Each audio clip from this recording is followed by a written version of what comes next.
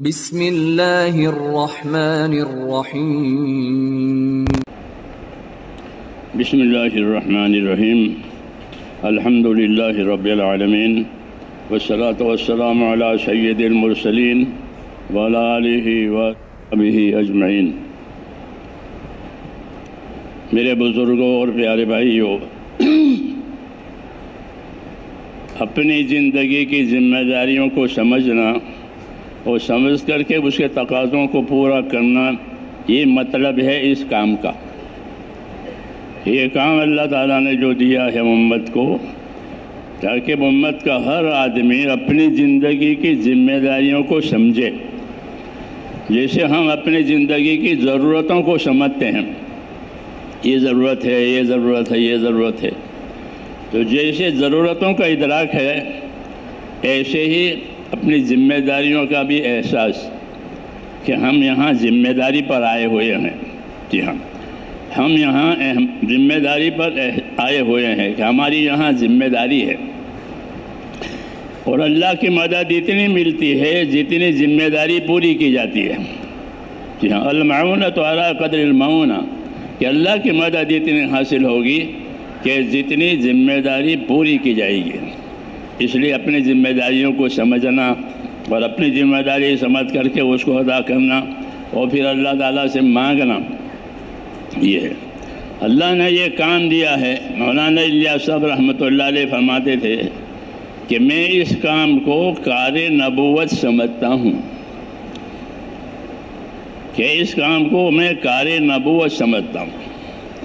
ہاں، تو جب یہ کار نبوت دیا گیا ہے تو نبوت کے ساتھ جو فیض ہوگا وہ فیض بھی آئے گا، نبوت کے ساتھ جو مدد ہے وہ مدد بھی آئے گی۔ ہاں، کیوں کہ یہ کار نبوت دیا گیا ہے۔ اس لیے کہا کہ اللہ تعالیٰ سے امیدوار رہو، ابشروا وعملوا ما یسرکم، بشارتیں لو، بشارتیں لو، فضائل سنو اور اللہ سے امیدوار رہو۔ کہ اللہ سے امیدوار رہو کہ اللہ تعالیٰ ایسے حالات پیدا کر دیں گے جو تمہیں خوش کر دیں گے۔ ابشروا وعملوا ما یسرکم، کہ اللہ ایسی حالات لاوے گا کہ وہ حالات تمہیں خوش کر دیں گے۔ اس لیے کہ اللہ سے امید رکھو۔ اس لیے ہدایت دی گئی ہے آپ صلی اللہ علیہ وسلم کی طرف سے کہ اللہ تعالیٰ کے ساتھ اچھا گمان رکھو۔ جابر ابن عبداللہ فرماتے تھے رضی اللہ عنہ کہ آپ کے وفات سے پہلے 3 دن پہلے مجھے یہ بات ملی آپ سے کہ تمہاری موت اس حالت میں آوے کہ تمہارا گمان اپنے پروردگار کے ساتھ اچھا ہو۔ ہاں، کہ یہ بات مجھے آپ صلی اللہ علیہ وسلم کی ملی آپ کی وفات سے پہلے کہ تمہاری موت اس حال میں آوے کہ تمہارا گمان اپنے پروردگار کے ساتھ اچھا ہو۔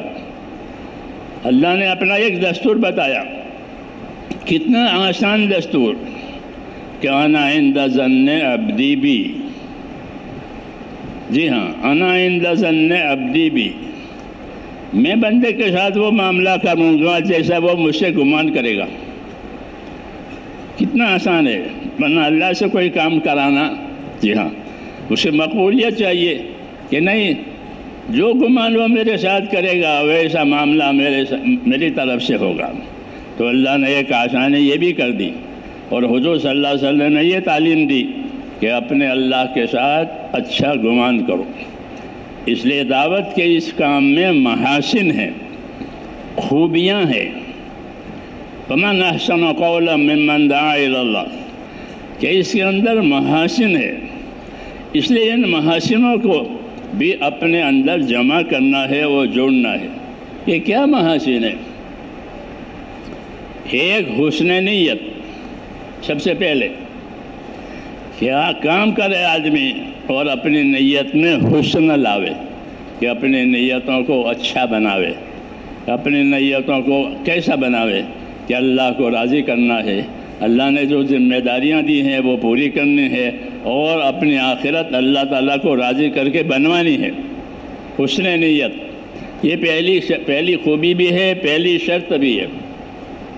پہلی خوبی بھی ہے اور پہلی شرط بھی ہے کہ کہ کام کرنے والوں میں چاہے فرد ہو چاہے مجمع ہو کہ ان کی نیت کے اندر حسن، کہ حسن نیت کا مطلب یہ ہے کہ وہ اپنے کام سے اپنی کوئی غرض نہیں رکھتے، نہ نفس کی، نہ دنیا کی، نہ بڑے بننے کی، جی ہاں، نہ کوئی مالی، کچھ نہیں۔ یبتغون فضلا من اللہ ورضوانا، صحابہ کی تعریف کی گئی ہے کہ یبتغون فضلا من اللہ ورضوانا، کہ یہ حضرات کیا چاہتے ہیں کہ یہ اللہ کا فضل چاہتے ہیں۔ فضل ایک ایسا کلمہ ہے کہ اس میں ساری چیزیں آ جاتی ہیں۔ فضل میں روزی بھی آ جاتی ہے، فضل میں تندرستی بھی آ جاتی ہے، فضل میں جنت بھی آ جاتی ہے، فضل میں سب۔ یبتغون فضلا من اللہ ورضوانا، کہ وہ اللہ تعالیٰ کے فضل اور اللہ کی رضا چاہتے ہیں کہ ہمیں اللہ تعالیٰ کا فضل مل جاوے، کہ فضل کے ذریعے سے ساری امیدیں پوری ہو جائے گی، بلکہ امیدوں سے بھی زیادہ ملے گا۔ اور سب سے بڑی چیز تو جو ہے وہ تو اللہ تعالیٰ کا راضی ہونا ہے، کہ اللہ راضی ہو گیا۔ ورضوان من اللہ اکبر، کہ اللہ راضی ہو گیا، کہ یہ سب سے بڑی بات ہو گئی۔ جی ہاں، کہ ایک اللہ ہے اور کوئی نہیں ہے کام بنانے والا، زمین آسمان کا مالک، کہ وہ راضی ہے کہ کافی ہو گئے۔ من اصلح ما بینہ وبین اللہ اصلح اللہ ما بینہ وبین خلقہ۔ حضور صلی اللہ علیہ وسلم نے یہ بات مدینہ منورہ میں جب آپ کا پہنچنا ہوا، وہ مجمع آیا، تو آپ نے ان کے سامنے جو بیان دیا تھا، پہلا بیان اس کا یہ ٹکڑا تھا کہ من اصلح ما بینہ وبین اللہ اصلح اللہ ما بینہ وبین خلقہ، من اصلح ما بینہ وبین اللہ اصلح اللہ ما بین خلقہ، کہ جو لوگ اپنا اور خدا کا معاملہ ٹھیک کر لیں گے تو اللہ ان کا اور مخلوق والا معاملہ ٹھیک کر دے گا۔ وہ حالات کا علاج بتایا۔ آدمی ہے دنیا میں، وہ حالات اس پر گزرتے ہیں، خوشگوار حالات بھی آتے ہیں، ناگوار حالات بھی آتے ہیں۔ جی ہاں، کبھی تنگی آ جاتی ہے، کبھی فراخی آ جاتی ہے، ہاں، تو وہ سب اللہ کی طرف سے ہے۔ ہاں، رات کو چھوٹا کیا اللہ نے، دن کو بڑا کر دیا، دن کو چھوٹا کر دیا، رات کو بڑا کر دیا، کہا قرآن پاک میں یولج اللیل فی النہار۔ تو کہا ایسے تمہارے حالات میں کبھی تنگی ہو جائے گی، کبھی حالات میں فراخی ہو جائے گی، یہ اللہ کی طرف سے ہے، کیونکہ حالات کا مالک اللہ ہے، اللہ کے سوا کوئی نہیں ہے۔ تو اس پر آپ نے یہ بات فرمائی ہے کہ من اصلح ما بینہ وبین اللہ اصلح اللہ ما بینہ وبین خلقہ، کہ جو لوگ اپنا اور خدا کا معاملہ صحیح کر لیں گے تو اللہ ان کا اور مخلوق والا معاملہ صحیح کر دے گا۔ آسان علاج، کیونکہ ایک کو راضی کرنا آسان ہے، سب کو راضی کرنا مشکل ہے۔ ایک اللہ ہے، اس کو راضی کر لو کہ باقی سب راضی ہو جائیں گے، اور ایک اللہ ہے کہ وہ ناراض ہے کہ باقی سب ناراض ہو جائیں گے۔ جی ہاں، تو اس لیے یہ دعوت دی ہے کہ ایک اللہ کو راضی کرنے کی پیروی کرو، پھر جب وہ راضی ہو جائیں گے کہ ساری مخلوق راضی ہو جائے گی۔ یہ آسان علاج بتایا، نبیوں کا یہی طریقہ ہوتا ہے کہ وہ اپنی امتوں کو، اپنی قوموں کو آسان سے آسان چیز بتاوے۔ ہاں، اللہ بھی آسانی پسند کرتے ہیں، یرید اللہ بکم اليسر ولا یرید بکم العسر، کہ اللہ کا ارادہ بھی تمہارے ساتھ آسانی کا ہے، اللہ کا ارادہ تمہارے ساتھ دشواری کا نہیں ہے، کہ دشواری کے ساتھ کام کو نبھانا آسان نہیں ہے، مشکل ہے، آسانی کے ساتھ تو کام ہوتا چلا جائے گا۔ اس لیے حضور صلی اللہ علیہ وسلم تعلیم دیتے تھے کہ آسانیاں پیدا کرو، بشرا ولا تعسرا یسرا ولا تعسرا۔ معاذ بن جبل رضی اللہ عنہ اور ابو موسیٰ کو یمن بھیجا تھا تو ان کو یہ ہدایت دی تھی کہ لوگوں کے ساتھ آسانیاں کرو، لوگوں کے ساتھ دشواریاں نہ کرو، ایسا پہلو اختیار کرو کہ جس سے لوگوں میں عمل کرنے کے لیے آسانی پیدا ہو جاوے، ایسا پہلو نہ اختیار کرو کہ جس سے لوگوں کے اندر دشواریاں پیدا ہو جاوے۔ تو یہ کام کا اسلوب و طریقہ ہوتا ہے۔ ہاں، تو اس کام میں جس طرح اچھی نیت، ایسے اچھا اسلوب، کہ آسان طریقہ اختیار کرو کہ جس کی وجہ سے سب کے لیے آسانی ہو جاوے، اس کو کہتے ہیں۔ اس لیے اس لیے اس کام کی خوبیوں میں سے یہ ہے کہ ایک تو نیت میں حسن ہو، پھر دوسرے نمبر میں عمل کے اندر حسن ہو کہ اعمال اچھے سے اچھے کیے جائیں، کیونکہ ہماری یہ دعوت جو ہے وہ اعمال کی دعوت ہے، ورنہ ہم تو مسلمان ہیں، ہمارے عقائد بھی صحیح ہے، ہمارے عقائد بھی صحیح ہے، مسلمان ہیں، کوئی دوسری بات نہیں ہے، پھر کس بات کی بات ہو رہی ہے کہ ہم کو اعمال کی دعوت دی جا رہی ہے کہ اپنے اعمال کو صحیح بناؤ۔ اعمال کو صحیح بنانے کے لیے دو چیزیں ضروری ہے، ایک اتباع سنت اور ایک حسن نیت۔ ایک اتباع سنت اور ایک حسن نیت، کہ اپنی نیت میں حسن لاؤ۔ نیت کا حسن اللہ کو راضی کرنے سے ہوتا ہے کہ وہ نیت اچھی قرار دی جاتی ہے کہ جس سے اللہ تعالیٰ راضی ہو جائے، کہ میرا اللہ مجھ سے راضی ہو جائے، کہ اپنے اللہ کو راضی کرنے کے لیے اور کوئی چیز اندر نہ آوے، تو حسن نیت۔ اور دوسرا کہ اتباع سنت ہمارے کام کی یہی ترتیب ہے کہ ہماری اجتماعیت تو نصرت کے لیے ہو اور ہماری انفرادیت اتباع سنت پر ہو۔ یہ کام کی ترتیب ہے کہ ہماری اجتماعیت نصرت پر ہو، کیونکہ نصرت کرنا ایک آدمی کا کام نہیں ہے، نصرت کی ذمہ داری سب پر ہے۔ یا ایھا الذین آمنوا کونوا انصار اللہ، اے ایمان والو تم سارے کے سارے اللہ کے دین کے مددگار رہو۔ نصرت کا حکم وہ اجتماعی ہوگا، کیوں کہ ایک آدمی کا کام نہیں ہے کہ سب مل کر نصرت کریں گے، سب کی صلاحیتیں لگے گی اپنے اپنے حیثیت سے، تو سب کی صلاحیتوں کے مجموعے سے دین کو فروغ اور ترقی ہوگی۔ اس لیے نصرت کی مثال ایسی ہے جیسے زمین کو پانی دیا جاوے۔ نصر ینصر باب ہے، ایک تو اس کا متبادر معنی ہے مدد کرنا، لیکن اس کا اصلی معنی ہے نصر ینصر کا زمین کو پانی دینا۔ آپ المنجد دیکھیں گے تو المنجد میں آپ کو یہ ترجمہ ملے گا کہ نصر ینصر اے سقایت الارض، نصر ینصر سقایت الارض، یعنی زمین کو پانی دینا۔ زمین کو پانی ملنے سے کیا ہوتا ہے کہ زمین کی خیر کھل جاتی ہے۔ زمین کی خیر کھلنے کے لیے اللہ نے پانی کو رکھا ہے۔ اولم یر الذین کفروا ان السماوات والارض كانوا رتقا ففتقناهما وجعلنا من الماء كل شيء حي۔ یہ آیت کریمہ ہے کہ کافر دیکھتا نہیں ہے کہ آسمان بھی بند تھا، زمین بھی بند تھی، آسمان سے پانی نہیں آ رہا تھا اور زمین سے کوئی چیز اگ نہیں رہی تھی، پھر کیا کیا کہ زمین کو اور آسمانوں کو کھول دیا۔ اولم یر الذین کفروا ان السماوات والارض کانتا رتقا، رتق کے معنی بند ہونا، ففتقناہما، ہم نے ان دونوں کو کھول دیا، آسمان سے پانی آیا اور زمین نے اپنی خیرات ظاہر کر دی۔ ففتقناہما وجعلنا من الماء كل شيء حي، کہ پانی سے ساری چیزیں زندہ ہو گئی، اگ گئی۔ تو پانی کو اللہ نے ایسا ذریعہ بنایا ہے۔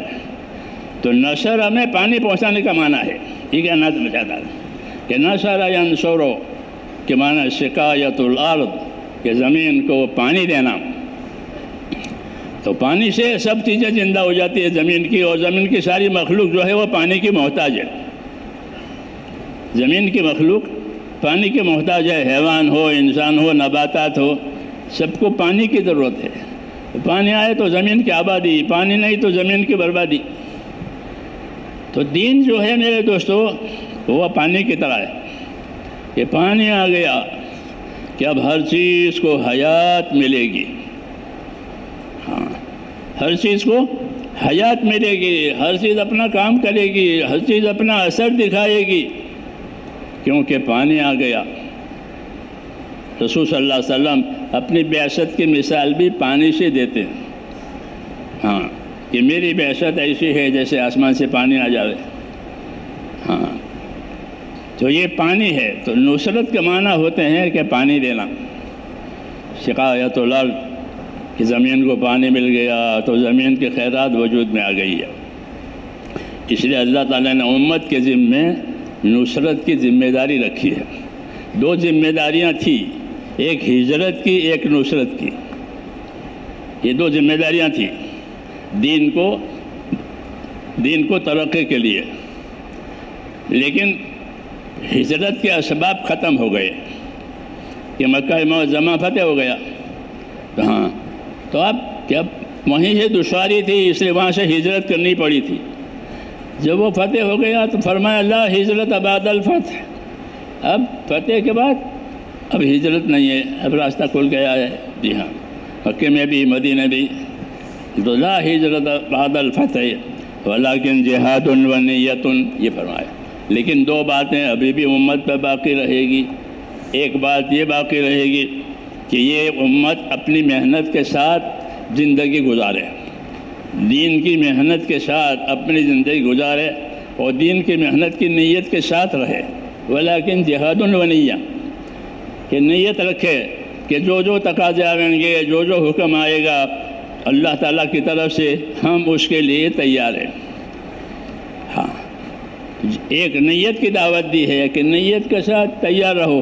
جب آدمی پہلے سے نیت کرا ہوا ہوتا ہے تو اس پر زیادہ بوجھ نہیں پڑتا، جی ہاں، کہ میرا پہلے سے ارادہ ہے، تو کہا کہ نیت کے ساتھ رہو۔ ہاں، کیونکہ قیامت میں ہر آدمی اپنی نیتوں پر اٹھے گا کہ کس نیت کو لے کر مرا ہے، کیا کیا نیتیں تھیں، ثم یحشرون علی نیاتہم، کہ اپنے اپنے نیتوں پر اٹھیں گے لوگ۔ تو کہا ایک تو نیت اور ایک محنت، ولیکن جہاد و نیہ، فَإِذَا اسْتُنْفِرْتُمْ فَانْفِرُوا، ٹھیک ہے، فَإِذَا اسْتُنْفِرْتُمْ فَانْفِرُوا، پھر جب تمہیں نفر کی اور سفر کی دعوت دی جائے چلنے کی اللہ کے راستے میں، تو پھر چل پڑو، تیار ہو جاؤ، کیونکہ نیت پہلے سے تیار رکھی تھی۔ تو یہ نصرت کے اسباب کہلاتے ہیں کہ اپنے دین کی مدد کرنا ہے، اور مدد کا مطلب یہی کہ جیسے اس کو پانی دینا ہے۔ جب دین کی نصرت ہوگی تو تقاضے پورے ہو جائیں گے، ہاں، تقاضے پورے ہو جائیں گے، کیوں کہ نصرت ہو رہی ہے، مدد ہو رہی ہے۔ دوسرا فائدہ یہ ہوگا کہ صلاحیتیں حق پر آئے گی۔ اللہ تعالیٰ نے اس امت میں بہت صلاحیتیں رکھی ہیں۔ حدیث پاک میں ہے کہ الناس معادن کمعادن الذهب والفضہ، کہ لوگ اپنی جگہ ایسے قیمتی ہیں جیسے سونے چاندی کی کانیں ہوتی ہیں۔ زمین میں سونا اور چاندی ہے، اس کی کان ہے، لیکن وہ سونا اور چاندی مٹی کے نیچے ہے، اس کا پتہ نہیں چلتا، جی ہاں، لیکن وہ جگہ بھی قیمتی ہے، اور اس خزاں وہ کان کھل جائے تو پھر کیا پوچھنا۔ تو ایسے ہی لوگوں میں صلاحیتیں ہیں، لیکن وہ صلاحیتیں دبی ہوئی ہے۔ کسی سے دبی ہوئی ہے کہ ایک تو اپنی خواہشات سے دبی ہوئی ہے، کہ خواہشات کا غلبہ ہے، خواہشات کا غلبہ ہے، مال کی محبت، اولاد کی محبت، دوسری محبتیں، زُیِّنَ لِلنَّاسِ حُبُّ الشَّهَوَاتِ میں کہا گیا، تو بہت سی محبتیں اس کے نیچے وہ دبی ہوئی ہے۔ ہاں، صلاحیتیں اندر، ہاں، شہوتوں کے نیچے، اپنے اپنے تقاضوں کے نیچے۔ اس لیے جب نبی آتا ہے تو وہ ان صلاحیتوں کو اجاگر کرتا ہے کہ وہ صلاحیتیں باہر آوے، ہاں، کیونکہ ایک ایک آدمی قیمتی ہے۔ الناس معادن کمعادن الذهب والفضہ، کہ لوگ اپنی جگہ ایسے قیمتی ہیں جیسے سونے چاندی کی کانیں ہوتی ہے۔ تو وہ سونا چاندی زمین کے اندر ہے، تو اس کو نکالا جاتا ہے، اس کو بازار میں لایا جاتا ہے، اس کی صفائی دھلائی ہوتی ہے، پھر اس کو بھاؤ دیا جاتا ہے۔ سونے کا آج یہ بھاؤ ہے، چاندی کا یہ بھاؤ ہے، ہر چیز کی قیمت ہوتی ہے۔ تو ایسے ہی صلاحیتیں کہ اپنے ماحول کے نیچے دبی ہوئی ہوتی ہے یا اپنے خواہشات کے نیچے دبی ہوئی ہوتی ہے، تو نبی آ کر کے اس صلاحیتوں کو نکالتا ہے۔ لِتُخْرِجَ النَّاسَ مِنَ الظُّلُمَاتِ إِلَى النُّورِ،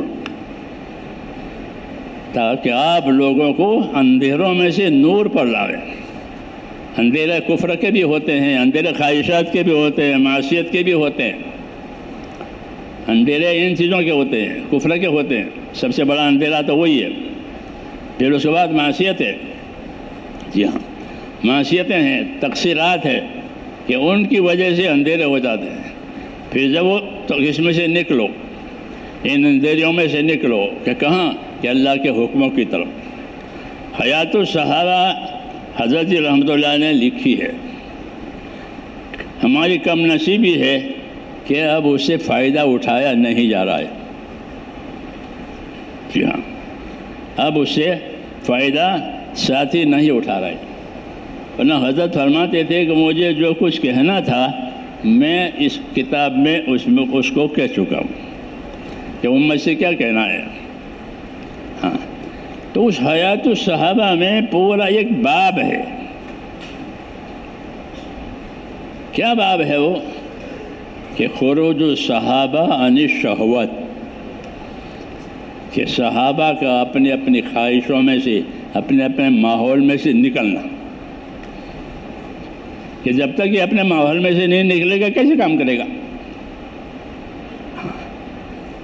ہاں کوئی تو ڈوبا ہوا ہے۔ اس لیے نبی آتا ہے، نبی کی دعوت آتی ہے تو لوگوں کو ان کے خواہشات کے ماحول میں سے، تقصیرات کے ماحول میں سے نکالتا ہے۔ مولانا صاحب اپنے کام کے بارے میں فرماتے تھے کہ میرا یہ کام جرِ ثقیل کا کام کرے گا۔ ان کے کلمات ہوتے تھے کہ میرا یہ کام جرِ ثقیل کا کام کرے گا۔ جرِ ثقیل سے مراد یہ ہے کوئی وزنی بھاری چیز پانی میں ڈوب کے نیچے بہ گئی ہے، نیچے پہنچ گئی، اب اس کو باہر لانا ہے۔ جرِ ثقیل بھاری چیز کو نیچے اوپر لانا۔ تو پہلے زمانے میں تو یہ مشینیں نہیں تھی، کرین وغیرہ، تو گریریوں سے وہ کام لیتے تھے۔ جیسے کنویں پہ گریری ہوتی ہے نا، گریری اور ریشم کے ڈورے، ریشم کے ڈورے ٹوٹتے نہیں ہیں، ریشم ٹوٹتا نہیں ہے۔ تو اب کوئی چیز نیچے بیٹھ گئی ہے تو ریشم کے ڈورے میں کنڈا لگایا اور گوتا دینے والا اندر گیا، ہاں پھر اس کنڈے کو اس چیز سے لگاتا اور پھر وہ گریری سے اس کو کھینچتے ہیں۔ یہ مثال دیتے تھے کہ میرا یہ کام جرِ ثقیل کا کام کرے گا، کہ کوئی بھاری چیز بیٹھ گئی ہے، اب اس کو نیچے سے اوپر لانا ہے۔ تو جیسے وہ ترتیب سے نیچے سے وہ اوپر آ جاتی ہے، کہ ایسے ہی لوگ اپنے اپنی خواہشوں میں، اپنے اپنے ماحول میں بھی نیچے تلے گئے۔ اب ان کو اوپر لانے کے لیے، کہ ان کو اوپر لانے کے لیے یہ کام ہے کہ جو تو وہ اپنی خواہشات میں سے، اپنے ماحول میں سے یہ اوپر آئیں گے۔ ہاں اس لیے اس میں لگنا ضروری ہے، ورنہ اوپر نہیں آئے گا، وہ نیچے چلا جائے گا۔ ورنہ اس کام میں بڑی تاثیر ہے، جی ہاں اس کام میں بڑی تاثیر ہے، بڑی طاقت ہے۔ اس کو کار نبوت کہتے ہیں، اور نبی کے ساتھ اللہ کی نصرت ہوتی ہے۔ جی ہاں اِنَّا لَنَنصُرُ رُسُلَنَا، اللہ نے کہا اِنَّا لَنَنصُرُ رُسُلَنَا وَالَّذِينَ آمَنُوا، اور دوسرے نمبر میں کہ دوسرے نمبر میں ہماری نصرت ایمان والوں کے ساتھ ہے۔ پہلے نمبر میں نصرت نبیوں کے ساتھ ہوتی ہے، دوسرے نمبر میں نصرت جو ہوتی ہے وہ انبیاء کے، وہ مومنین کے ساتھ ہوتی ہے۔ تو اللہ کی نصرت اور مدد ایمان والوں کے ساتھ ہے، اس لیے وہ اللہ کی مدد سے اپنے کام میں اور اپنے مقصد میں کامیاب ہو جائیں گے۔ اس لیے اصل تو نصرت اللہ کی ہے، وَمَا النَّصْرُ إِلَّا مِنْ عِنْدِ اللَّهِ، کہ اصل تو نصرت اور مدد اللہ تعالیٰ کی طرف سے ہوگی، اور اس کے اسباب میں سے یہ سبب ہے کہ یہ کام دین کا، ذمہ داریوں کا دیا گیا ہے، اس کام میں جتنی صلاحیتیں لگے گی اتنی مدد آئے گی۔ ان تنصروا اللہ ینصرکم ویثبت اقدامکم، کہ اگر تم اللہ کے دین کے مددگار رہو گے تو اللہ تمہاری مدد کرے گا اور تمہارے قدموں کو اپنے اس مقصد پر اللہ جمائے گا۔ اس لیے ہمارے ذمے ہیں ایک تو اپنے دین کی مدد کرنا، اس کو نصرت کہتے ہیں، اس کو نصرت کہتے ہیں کہ ہجرت کے بعد بڑا عمل وہ نصرت کا عمل ہے۔ حضور فرماتے ہجرت نہ ہوتی تو میں بھی انصاری ہوتا، ہجرت نہ ہوتی تو میں بھی انصاری ہوتا، چونکہ ہجرت فرض ہو گئی اس لیے آپ مہاجرین میں ہیں۔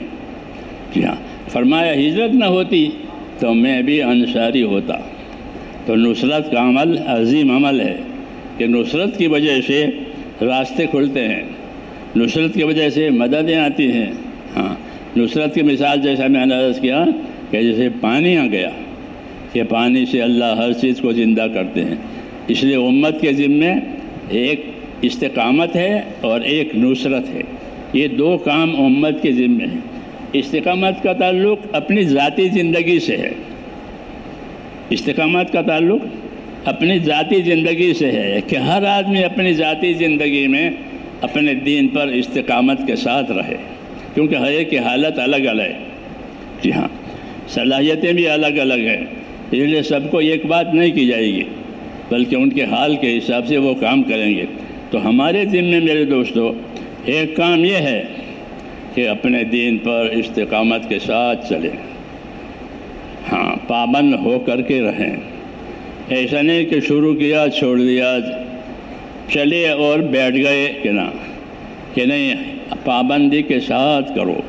فاستقم کما امرت ومن تاب معک، حکم ہے یہ کہ فاستقم کما امرت ومن تاب معک، کہ اے نبی آپ بھی قائم رہیے استقامت کے ساتھ۔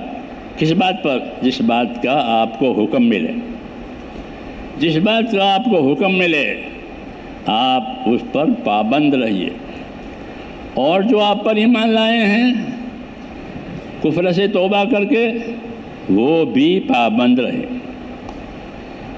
یہ حکم ہے کہ استقامت کا حکم نبی کو بھی ہے، استقامت کا حکم امت کو بھی ہے کہ وہ اپنے دین کے پابند رہیں۔ استقامت اس لیے بھی ضروری ہے، یہ تو حکم تو ہے ہی کہ پابندی استقامت کرو، اور استقامت اس لیے بھی ضروری ہے کہ اللہ نے دنیا کو حالات کا گھر بنایا ہے۔ یہاں حالات آتے ہیں انسانوں پر، جیسے دن چھوٹے رات بڑی رات چھوٹی، یہ حالات آتے ہیں اوپر سے۔ ایسے ہی ان کی زندگیوں میں کبھی تنگی آ جائے گی، دشواریاں پیدا ہوگی، مصیبتیں ہوگی، اور کبھی راحت ہوئی، فراخی ہوئی۔ جی ہاں، تو یہ ان پر حالات آتے ہیں۔ تو اب مسئلہ یہ ہے کہ حالات کے حساب سے زندگی گزارے یا حکم کے حساب سے زندگی گزارے۔ تو ہم کو یہ حکم ہے کہ حالات کے حساب سے زندگی نہیں گزارنا ہے بلکہ حکم کے حساب سے زندگی گزارنا ہے۔ ہاں، کہ بھئی ہمارا حال اچھا نہیں، ایسا نہیں کرتے، کہنا ایسا نہیں، حال بدلتا رہتا ہے، حال اسی کو کہتے ہیں جو بدلے۔ ہاں، تو حال پر چلنا ہمارا مذہب نہیں ہے، حکم پر چلنا ہمارا مذہب ہے۔ ہم حال کے تابع نہیں ہیں۔ دنیا کے لوگ حال کے تابع ہوتے ہیں کہ بھئی چھٹی گرمی ہے کہ چھٹی کر دو، تو گرمیوں میں چھٹی ہو جاتی ہے۔ جہاں سردیاں ہوتی ہیں بہت تو وہ سردی میں چھوڑ دیتے ہیں کام، کہ سردی ہے کام چھوڑ دو۔ ہاں، یہ سردی کی چھٹیاں ہیں یا گرمی کی چھٹیاں وغیرہ وغیرہ۔ ہاں، آپ کے ہاں ایسا ہے کہ ہمارے ہاں ایسا نہیں ہے کہ ہم حال والے نہیں۔ حضرت فرماتے تھے ہم حال والے نہیں ہیں کہ اب سردی ہے چھوڑو، اب گرمی ہے چھوڑو، کہ ہم تو حکم والے ہیں۔ کیا والے ہیں؟ حکم والے۔ تو حکم والوں میں حال والوں میں کیا فرق ہے؟ کہ حال والا تو حال دیکھ کر چلے گا کہ ابھی حال ٹھیک نہیں ہے، کہ ابھی رہنے دو، جب حال اچھا ہو جائے گا جب کریں گے۔ ہمارے ہاں یہ ہے کہ ہم حال نہیں دیکھیں گے بلکہ حکم دیکھیں گے۔ ہاں، کہ حال یہ ہے حکم یہ ہے تو ہم حکم دیکھیں گے۔ ہاں، لیکن اللہ نے ایک چیز اور رکھی ہے کہ حکم تو ایک ہوتا ہے اور اس کے پورا کرنے کے طریقے بہت ہوتے ہیں. سمجھ میں آئی بات؟ حکم ایک اور پورا کرنے کا طریقہ ایک سے زیادہ. ہاں، جیسے ایک آدمی حکم دیا کہ نماز سے پہلے طہارت حاصل کرو، اب عذر ہے تو تیمم کرو، بدل گئی. جی ہاں، اور دھو نہیں سکتے کہ مسح کر لو. یہ مثال ہے کہ حکم تو ہے لیکن حکم پورا کرنے کے طریقے متعدد ہیں. تو متعدد طریقوں کی وجہ سے یہ چیز آسان ہو جاتی ہے. جیسے کسی مکان میں آنے کے ایک ہی دروازہ ہو اور مجمع کو آنا ہے تو دشواری ہوگی، لیکن بہت سے دروازے رکھے ہیں تو آسانی سے مجمع پہنچ جائے گا، اس دروازے سے اس دروازے سے اس دروازے سے. تو حکم ایک ہوتا ہے اور پورا کرنے کے طریقے متعدد ہوتے ہیں. سمجھ میں آئی نا بات؟ ہاں، اس لیے مذہب میں تنگی نہیں ہے. تنگی ہے ہماری نادانی اور جہالت کی کہ ہم نے اپنا دین سیکھا نہیں، ورنہ دین میں کوئی تنگی نہیں ہے. جی ہاں، حکم ایک ہوتا ہے، طریقے بہت ہوتے ہیں. جی ہاں، طریقے بہت ہوتے ہیں. علاج کے بھی بہت طریقے ہوتے ہیں، دوائی کھانے کے بہت طریقے. آپ کے پیٹ میں دوائی 4 طریقے سے جائے گی، گولی کی شکل میں، پھانکی کی شکل میں، پینے کی شکل میں، چاٹنے کی شکل میں. یہ میں نے پہلے بھی کہا تھا. ہاں، اگرچہ ابھی موجودہ علاج گولیوں پر چلا گیا، ٹیبلٹ کھاؤ بھائی، ورنہ ہمارے ہاں طب میں یہ ہے کہ 4 طریقے سے دوا اندر جاتی ہے. کبھی پھانکے گا، کبھی چاٹے گا، کبھی پیے گا، کبھی گولی ہے تو نکلے گا. جی ہاں، تو ایسے ہی دین میں حکم ایک ہوتا ہے لیکن عمل کرنے کے طریقے متعدد ہوتے ہیں. اس لیے آسانی ہو جاتی ہے کہ اس طریقے سے نہیں تو اس طریقے سے. جی ہاں، لیکن دین سیکھنا ضروری ہے. جب دین نہیں سیکھیں گے تو لوگ اپنے اندر تنگی محسوس کریں گے. یہ کام بہت مشکل ہے، دین کا کام بہت مشکل ہے. یہ تو ظاہر بات ہے کہ بغیر سیکھے تو ہر کام مشکل ہے. بغیر سیکھے وہ تو ہر کام مشکل ہے. اس لیے حکم دیا ہے ہم کو کہ اپنا دین سیکھو، اپنا دین سیکھو. تعلیم نبوت کے کاموں میں سے جس طرح ایک عمل دعوت ہے، دوسرا عمل تعلیم ہے. سیکھنا، سکھانا، سمجھنا، سمجھانا. ہاں، تاکہ سیکھے، سمجھے اور سیکھ سمجھ کر کرے تو وہ کام آسان ہو جاتا ہے. اس لیے مذہب میں اور دین میں جس طرح دعوت ہے، یعنی لوگوں کو اللہ کی طرف متوجہ کرنا ہے، اور جب متوجہ ہو جاتے ہیں دعوت کے ذریعے سے تو ان کے لیے تعلیم ہے. حضور فرماتے ہیں مجھے اللہ نے معلم بنا کر بھیجا ہے، مجھے اللہ نے داعی بنا کر بھیجا ہے. ہادی تو اللہ ہے، وہ ہدایت دے گا. مجھے داعی بنایا ہے، مجھے معلم بنایا ہے. تو ہمارا بھی یہی کام ہے کہ ہادی اور ہدایت دینے والا تو اللہ. جی ہاں، جس کو اللہ ہدایت دے وہ ہدایت پر ہوگا. تو ہدایت تو اللہ نے اپنے ہاتھ میں رکھی ہے، لیکن دعوت اور دعوت کے بعد تعلیم، یعنی اللہ کی طرف بلانا، اور جب آ جائیں تو ان کو سکھانا، ان کو بتانا کہ یہ ہمارے ذمہ ہے دعوت اور تعلیم، کہ اس کے ذریعے سے زندگی کا مقصد جو دین ہے وہ حاصل ہو جاتا ہے. تو یہ ہماری ذمہ داریاں ہیں. اس امت کو دعوت کی ذمہ داری دی ہے، اس امت کو تعلیم کی ذمہ داری دی ہے، تاکہ یہ دین آگے چلتا رہے. اس کو نصرت کہتے ہیں کہ دعوت بھی دو، سیکھو اور سکھاؤ، ہاں پوچھو، یاد کرو وغیرہ وغیرہ. ہاں، تاکہ کام جہالت پر نہ گزرے. ہاں، دین نہیں ہوگا تو کام جہالت پر ہو جائیں گے، زندگی غفلت پر ہو جائے گی. علم و ذکر جہالت اور غفلت کا توڑ ہے.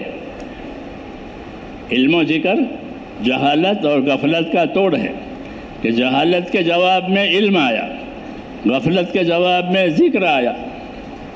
علم و ذکر جو ہمارا تیسرا نمبر ہے، یہ ریل کی پٹری کی طرح سے ہے.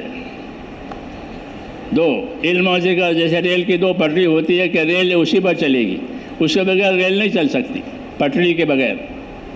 تو مسلمان کی زندگی ہمیشہ علم و ذکر پر ہی ہوگی. علم و ذکر کے بغیر اس کی زندگی نہیں ہے. اگر یہ علم و ذکر سے نیچے اتر گیا تو پھر اس کی زندگی بے دینی کی زندگی ہے. جیسے ریل پٹری سے اتر گئی تو وہ ڈھیر ہو جائے گی، وہ ڈھیر ہو جائے گی، جائے گی نہیں، اب پٹری سے نیچے اتر گئی ہے. اس لیے علم و ذکر جو ہے وہ تو زندگی کے سارے حالات کے ساتھ ہے. تیسرا نمبر اس کی طرف سے بہت کوتاہی ہے. جی ہاں، حالانکہ اس تیسرے نمبر کو حرکت کے ساتھ رکھا ہے کہ حرکت کرو تاکہ تیسرا نمبر بھی حرکت کرے، علم حرکت کرے، ذکر حرکت کرے. جی ہاں، حرکت کے ساتھ ان چیزوں کو دیا گیا ہے. تو حرکت کے ساتھ کیوں دیا گیا ہے کہ اس میں اس کا تعدیہ، اس کا آگے بڑھانا، اس کا تعدیہ اور اس کا آگے بڑھانا یہ حرکت پر موقوف ہے. کہ حضور صلی اللہ علیہ وسلم نے امت کو حرکت دی ہے پہلے دن سے. ایک آدمی کلمہ پڑھتا تھا، ایمان لاتا تھا تو اس کو دے کہ اپنے قبیلے میں جاؤ، اپنے قبیلے میں جا کر یہی بات کرو، اپنے قوم میں جاؤ اور جا کے یہ بات کرو. تو حرکت دی ہے. ہاں، اور حرکت دے کر دوسروں میں دین لانا اور اپنے دین پر قائم رکھنا، اپنے دین پر قائم رہنا، یہ دو کام. تو اسلام کی مثال ایسی ہو گئی جیسے چکی ہوتی کہ چکے کے دو پارٹ، ایک پارٹ حرکت کرتا ہے، ایک پارٹ ثابت رہتا ہے. چکی ایسی ہوتی ہے نا، اب تو لوگوں نے چکیاں نکال دی ہے، مثال سمجھانے کی مشکل ہو گئی. جی ہاں، لیکن چکے کے دو پارٹ، ایک حرکت والا، ایک ثبات والا. کہ اسلام میں یہی بات ہے کہ حرکت کرو تاکہ اور اناج آوے اور آٹا بنے. جی ہاں، اور پھر اپنی بات پر، اپنے دین پر قائم رہو.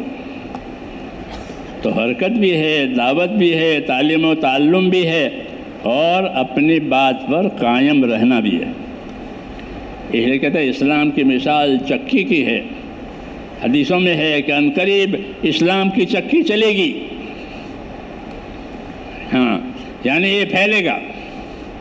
جی ہاں، چکی چلتی ہے تو چاروں طرف آٹا گرتا ہے. جی ہاں، تو ایسے کا دین کہ چکی چلے گی اس کی اور یہ دین پھیلے گا.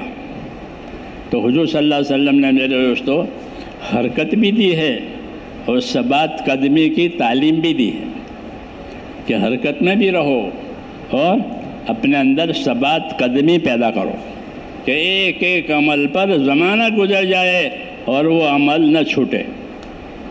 ہاں، اس لیے ہمارے کام میں صرف حرکت نہیں ہے، حرکت کا نمبر چھٹا ہے. ہمارے حضرت فرماتے تھے کہ حرکت تو چھٹے نمبر پر ہے، باقی 5 کہاں گئے؟ باقی 5 کہاں گئے؟ ہاں، کہ ایمان میں قوت پیدا کرنا ہے لا الہ الا اللہ کے ذریعے سے، اس کی دعوت کے ذریعے سے، اس کے تقاضوں کے ذریعے سے، کہ اپنے اندر ایمان کی قوت پیدا ہو. ایمان کی قوت پیدا ہوگی تو آدمی حرام سے بچے گا. ایمان میں قوت پیدا نہیں ہوئی تو حرام سے بچنا آسان نہیں ہے. ہاں، یہ قاعدہ کہ جب تک مسلمانوں میں ایمان میں قوت نہ آئی، حرام چیزیں ان پر حرام نہیں ہوئی. وہ پیتے بھی تھے اور نماز میں آتے تھے. اس لیے ان کو کہا کہ نماز کے وقت مت پیا کرو، لا تقربوا الصلاۃ وانتم سکارا. ہاں، نماز کے وقت میں نہ پیا کرو. یہ نہیں کہا کہ مت پیو، کیوں کہ وہ پینے کے عادی ہیں، ابھی ان میں طاقت نہیں پیدا ہوئی ہے کہ یہ چھوڑے. ہاں، تو یہ کہا کہ نماز کے وقت میں مت پیا کرو. تو حرام چھوڑنا یہ ایمان کی طاقت پر موقوف ہے کہ جتنا امت میں حرام ایمان کی طاقت پیدا ہوگی ان کی زندگیوں میں سے حرام نکلے گا. کیونکہ حرام میں کثرت بھی ہوتی ہے اور لذت بھی ہوتی ہے. حرام میں کثرت بھی ہوتی ہے، حرام زیادہ ہوتا ہے اور لذیذ بھی ہوتا ہے، کڑوا کسی کو نہیں لگتا. ہاں، اس لیے حرام میں زندگیاں مبتلا ہوتی ہے. جی ہاں، تو ایمان کی قوت کے ذریعے سے حرام میں سے نکالا.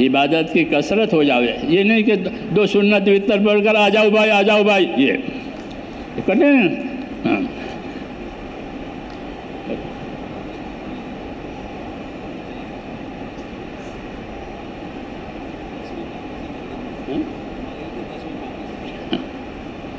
تم نے مجھ کو لگا دیا. یہ کہہ رہے ہیں مغرب میں تیاری ہے تو ہم بھی تیاری کریں اور کیا کریں. بہرحال یہ کام ہے کہ اس کام میں محنت بھی کرنی ہے, اپنی ذمہ داری بھی پوری کرنی ہے اور اللہ سے دعا بھی مانگنی ہے. جی ہاں کہ اللہ نے دعا ماننے کا بھی حکم دیا ہے, عمل کرنے کا بھی حکم دیا ہے. تو عمل بھی ہے. اللہ تعالیٰ آپ حضرات کو قبول فرماوے کہ آپ حضرات ماشاءاللہ لگے ہوئے ہیں. جی ہاں اور چلے جا رہے ہیں ترقی کرتے ہوئے. اللہ اس میں اور ترقی عطا فرماوے, اخلاص عطا فرماوے اور آخر تک اللہ تعالیٰ ہم کو قائم رکھے اور خاتمہ بالخیر فرماوے. درود شریف پڑھ لو.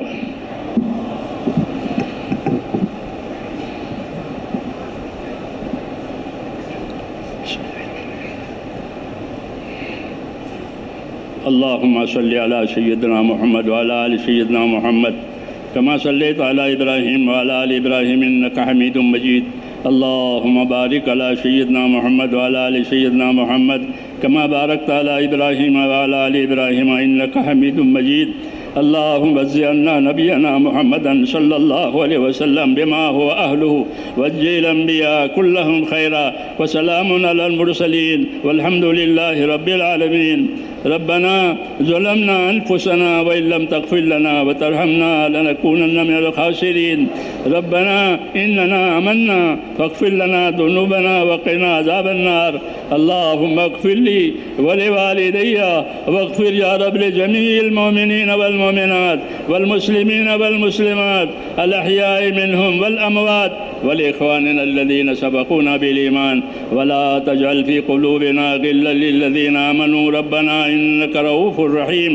اللهم اشرح صدورنا للإسلام. اللهم حبب إلينا الإيمان وزينه في قلوبنا وكره إلينا الكفر والفسوق والعصيان. اللهم اجعلنا من الراشدين. اللهم اجعلنا من الراشدين. توفنا مسلمين والحقنا بالصالحين غير خزايا ولا ندامى ولا مفتونين. اللهم آتنا أفضل ما تؤتي عبادك الصالحين وآتنا أفضل ما تؤتي الناس من المال والأهل والولد غير ضال ولا مضل. اللهم اجعل الحياة زيادة لنا في كل خير واجعل الموت راحة لنا من كل شر. ربنا آتنا في الدنيا حسنة وفي الآخرة حسنة وقنا عذاب النار. وصلى الله تعالى على خير خلقه محمد. سبحان ربك رب العزة عما يصفون وسلام على المرسلين.